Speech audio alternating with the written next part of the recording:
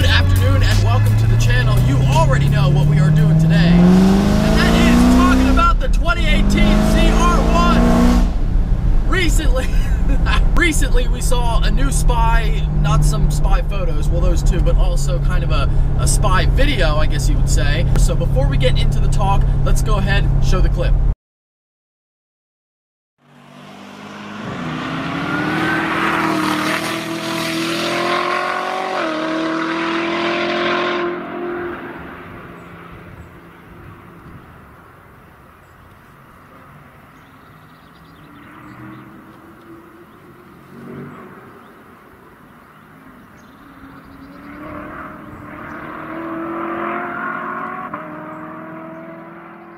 As you can see, the 2018 ZR1 is testing at the Nürburgring, and I am very excited about this. In fact, I'm extremely excited about it. Now, you might be saying, why does that really matter? Every manufacturer pretty much does this kind of standard procedure. What's the big deal? Well, a lot of people might not know this, but the C8 Z06 that I'm driving here today never actually set an official Nürburgring lap time.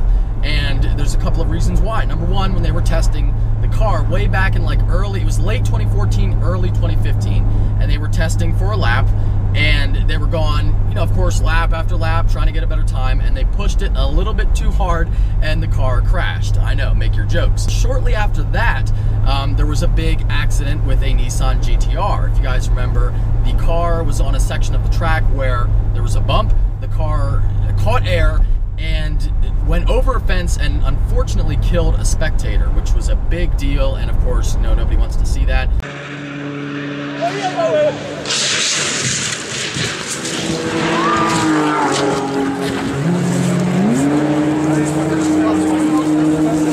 Fatalities are pretty rare on that track, and this was a big thing. So the Nürburgring, following that accident, actually imposed speed limits on the track, which kind of sounds funny, but it's true.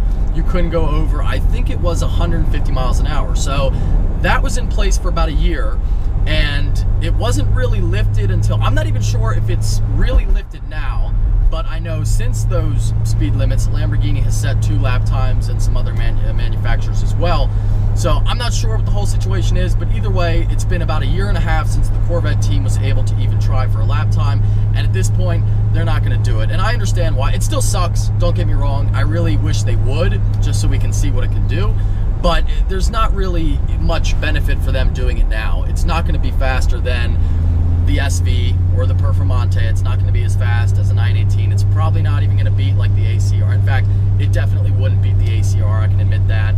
And it would be somewhere below where the C8 ZR1 was, which was 719, but not really. It probably might be like 2 or 3 seconds below that, or pretty close. So it really isn't going to be like a huge deal. It's not going to break any records. It's not really going to beat the new 488 GTB. It's not going to beat a 675 LT. So there really isn't much point in Chevy coming out and saying, well, here it is, and it's already behind the new supercars that it's competing with. So I understand why they're not doing it, even if people like me want to see it, which it's so shitty telling people, yeah, there's no lap time because it crashed. It stands to reason that the Z06 would have beaten the C8 ZR1, but we're not sure. So I'm thinking if the C8 ZR1 ran a 719, I'm thinking this would have probably run like a 717, somewhere in that neighborhood. On to the ZR1, I think that thing is going to be a Nürburgring monster, and I do think it has the potential to beat the record. Yeah, I really do. Now, how do you get from 717 or somewhere around there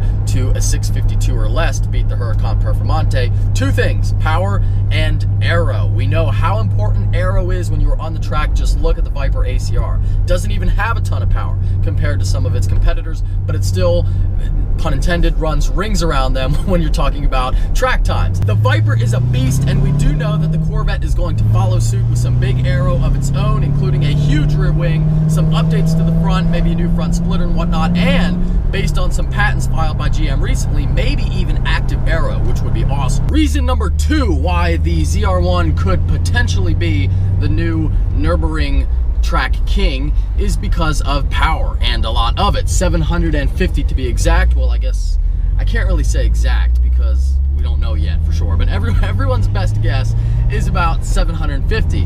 Now the Huracan Performante has 630, and as you can see, that's a lot less. Now, the Performante does weigh 3,200 to 3,300 pounds compared to the Corvette's, or to this Corvette's 3,600 pounds, but I'm thinking the new ZR1 could be a little bit lighter, so think 3,500 pounds. Either way, even if it is 3,600 pounds, that 200 pound, 200 to 300 pound weight advantage from the Huracan is not going to be enough to overcome a deficit of 120 horsepower. Just not going to happen. At the end of the day, when the C8 Z06 came out, you know, it was a great car. Don't get me wrong. It is a supercar in every sense of the word.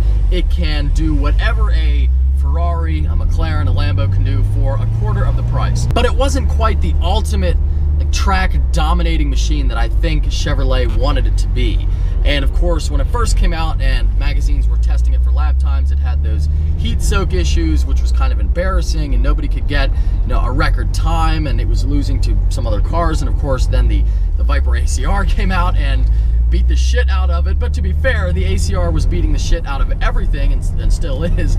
But you know, I think Chevrolet knows that the C8 ZR1, sorry, I don't know why music came on all of a sudden. I think Chevrolet knows the C8 ZR1 could be a lot better. I think that the C7 platform is really good, and the Z06 leaves a lot on the table. So I definitely think the ZR1 is going to be the ultimate Corvette, kind of what the Z06 was supposed to be, and now they're going to really do it. I say that this was supposed to be the ultimate track machine because even though it's in between the Corvette and the ZR1, because that's what Chevrolet said. They said when it came out, this is the ultimate track car. It is the most capable, the most track capable Corvette of all time.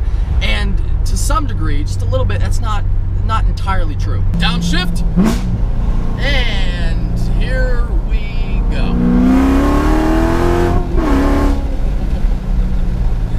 Oh my God. That will never, ever get old. Anyway, those are my thoughts on the C8 ZR1 and this whole Nürburgring testing situation. I think it's going to be awesome, and I can't wait to get mine. But let me know what you think in the comments down below. If you enjoyed this video, make sure that you give it a big thumbs up and you subscribe. Take care. Have a great day.